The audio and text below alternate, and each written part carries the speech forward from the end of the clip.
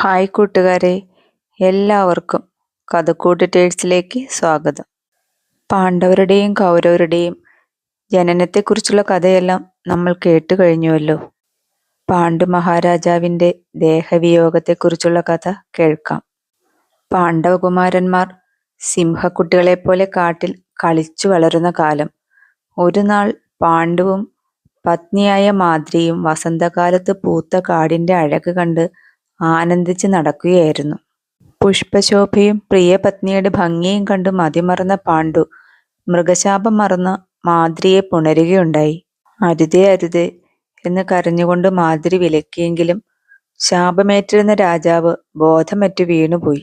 കരച്ചിൽ കേട്ട് ഓടിയെത്തിയ കുന്തിദേവി മരിച്ചു കിടക്കുന്ന ഭർത്താവിനെ കണ്ട് ഉച്ചത്തിൽ വിലപിച്ചു. മഹർഷിമാരും ആശ്രമവാസികളും ഭർതൃദേഹത്തിൽ വീണു വിലപിക്കുന്ന റാണിമാരെയും ചുറ്റും നിന്ന് കരയുന്ന കുമാരന്മാരെയും ആശ്വസിപ്പിക്കാൻ ശ്രമിച്ചു. പാണ്ഡ്യരാജാവിൻ്റെ ചരമക്രിയകൾ ആരംഭിക്കുന്ന സമയത്ത് മാദ്രി പറഞ്ഞു, ജ്യേഷ്ഠത്തി, ഞാൻ എൻ്റെ പതിയോടൊപ്പം പോവുകയാണ്. എൻ്റെ കുട്ടികളെയും ഞാൻ അവിടത്തെ ഏൽപ്പിക്കുന്നു. കുന്തിദേവിയെയും മഹർഷിമാരെയും വന്ദിച്ചിട്ട് മാദ്രി ഭർത്താവിൻ്റെ ചിതാഗ്നിയിൽ ചാടി സ്വന്തം ശരീരവും ഹോമിച്ചു. ചരമക്രിയകൾ നടത്തിയ ശേഷം മഹർഷിമാർ കൂടിയാലോചിച്ച് തീരുമാനമെടുത്തു. കുന്തിദേവിയും പുത്രന്മാരും ഹസ്തിനപുരിയിലേക്ക് മടങ്ങുകയാണ് ഉചിതം. അവരെ പ്രാപ്തരായ ബന്ധുക്കളുടെ പക്കൽ ഏൽപ്പിക്കുകയാണ് നല്ലത്. അങ്ങനെ 16-ാം നാൾ കഴിഞ്ഞപ്പോൾ അനേകം മഹർഷിമാരും ശിഷ്യസംഘവും കുന്തിദേവിയോടും ബാലകന്മാരോടുമൊത്ത് ഹസ്തിനപുരിയിലേക്ക് യാത്ര തിരിച്ചു. ഭീഷ്മരും ധൃതരാഷ്ട്ര മഹാരാജാവും മറ്റു കുടുംബാംഗങ്ങളുമെല്ലാം അവരെ ആദരവോടെ സ്വീകരിച്ചു.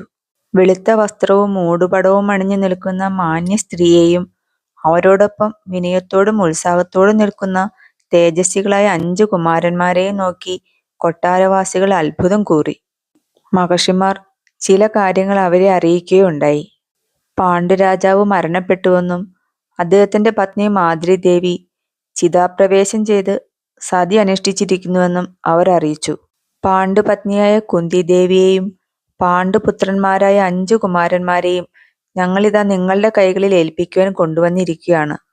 ധർമ്മദേവന്റെയും വായുദേവന്റെയും ദേവേന്ദ്രന്റെയും അശ്വിനി ദേവകളുടെയും അനുഗ്രഹത്താൽ പിറന്നവരാണ് ഈ ബാലന്മാർ.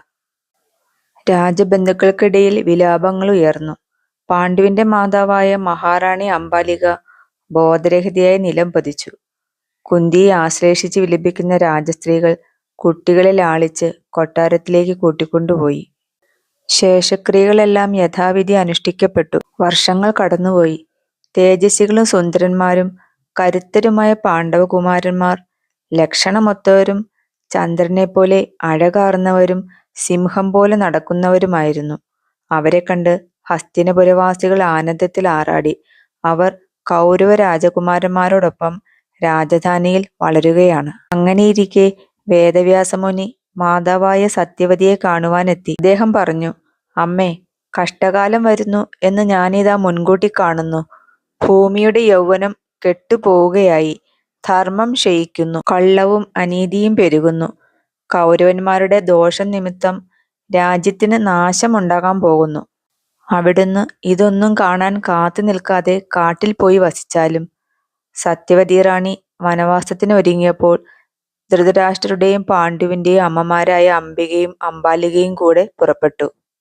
കാട്ടിനുള്ളിൽ ഘോര തപസ്സനുഷ്ഠിച്ച് കാലക്രമേണ അവർ ദേഹം വെടിഞ്ഞു. കൂട്ടുകാരെ, നിങ്ങൾക്ക് ഈ കഥ ഇഷ്ടമായോ? ഇഷ്ടമായെങ്കിൽ ഒരു ലൈക്ക് തരണം കേട്ടോ. ഇനി അടുത്ത കഥയുമായി വരുന്നവരെ ബൈ.